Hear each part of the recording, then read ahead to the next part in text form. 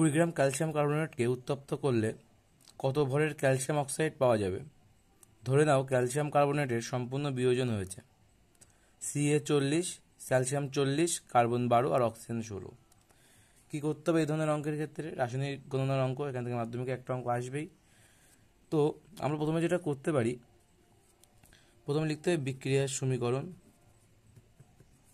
প্রথমে বিক্রিয়াটা সমতাবিধান করতে হবে সমীকরণ লিখে। বিক্রিয়ার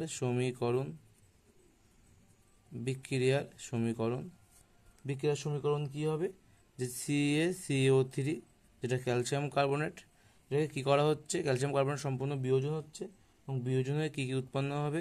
CaO তৈরি করবে এবং তৈরি করবে হচ্ছে CO2, যেটা ঊর্ধ্বমুখী। আমরা যদি আণবিক ভর বসাই তাহলে দেখা যাবে যে সি এর ক্ষেত্রে কত হচ্ছে? সি এর 40 প্লাস কার্বনের 12 প্লাস 3 গুণ 16, মানে অক্সিজেনের 3টে অক্সিজেন আছে, তাই 3 গুণ 16 সমান সমান কত হবে? 40 প্লাস 12 প্লাস 3 16 48,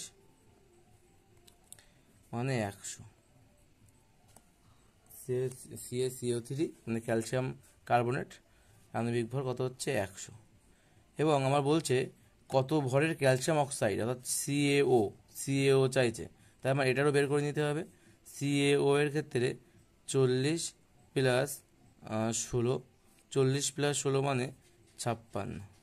তাহলে CaO এর আণবিক ভর কত হচ্ছে? 56। এখন আমরা লিখতে পারি কি লিখতে পারি? যে 100 গ্রাম CaCO3 উত্তপ্ত করতে 56 গ্রাম CaO প্রয়োজন। তাহলে 1 গ্রাম CaCO3 উত্তপ্ত করতে 56 বাই কত?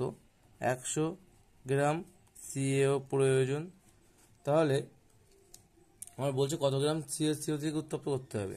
20 গ্রাম।